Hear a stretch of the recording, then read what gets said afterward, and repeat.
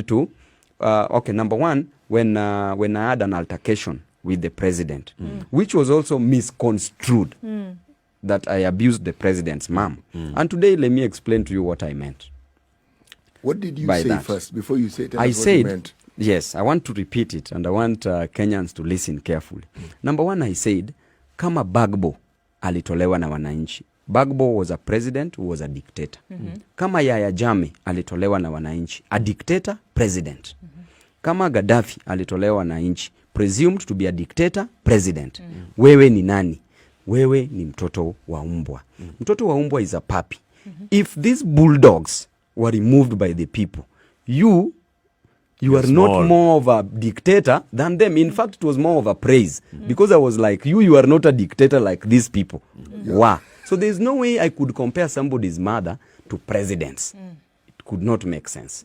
But in Swahili, people misconstrued it, the media specifically, misconstrued it to mean exactly just the way I said it. They didn't look at the rules of interpretation. So they could have asked me the literal meaning of it, the golden meaning of it, and probably the purposive approach. In what I meant. Moment, Babu, let's be serious. In that moment, when you said that, or even in other moments where things are said that essentially are fuel, that they're lighters for a lot of the things that we see that come about, do you really think there's ample time to start, what did you call it? Golden interpretation and those other things. Do you think that there's time to start asking those questions? Purposive.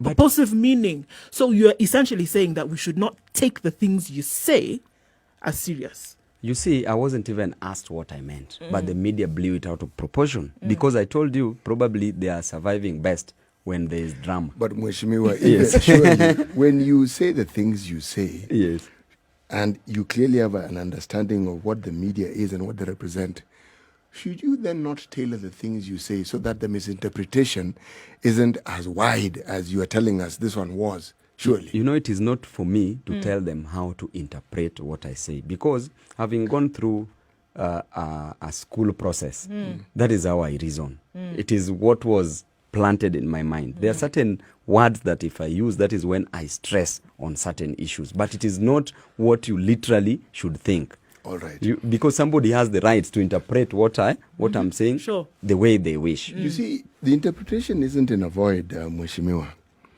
If you are in the public domain, and you have been in the public domain since you're in the university, yes, all right? And if you speak and your speeches are recorded over a long period of time, then people develop a certain perspective of who they think you are.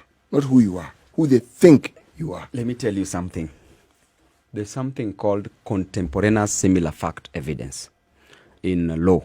You cannot use that fact, the contemporaneous similar fact evidence, to judge my future actions. For example, there was a case in the United Kingdom where John Mills versus the state. This person used to kill infants in a similar way and bury them in a similar way. What did he used to do? He takes an infant, kills the infant in a bathtub, then buries the infant at the back of the house, at the backyard of the house. Then the first case, he was charged for murder. And indeed, it went through. Then again, a similar action took place. And he was also arrested because they were looking at the similar facts. It is like this person has been doing this thing. So we presume that the next action is the person who has probably killed this other child again, because the child has been killed the same way and buried the same way. The High Court jailed him for the second murder, but when he appealed, he was set free. Why? The judge ruled by saying that the lower court's decision erred by simply using the similar fact evidence. That contemporaneously, the fact that this thing happened in the same way, somebody else could have also done it, and it be misconstrued that this person has done it the same way. You are a politician. So I'm coming back to where what you asked me. The contemporaneous circumstance that you refer to is perfect in law. But you are in the realm where perceptions, more than anything else, are the reality.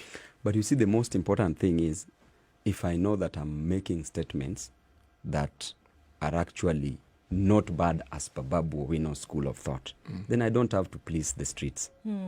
I don't have to please the streets. I'm sorry for that. But So I don't have to say a word taking into consideration that so long as I know that this word is morally right, then I don't have to worry about how you will misconstrue it. There are certain mere statements of PAF, severally misrepresentation, that Babu Owino has been quoted saying this. People are even making some memes saying that Babu Owino has said this, and I have not said that. Those are misrepresentation. So to me, I cannot guarantee what a person will think about me in any other way. Let me put it like that. So what your thoughts are your thoughts. Okay. Just a quick question. I know we're going to go to a break in a few minutes, but you talked about the fact that this BBI coming out is supposedly going to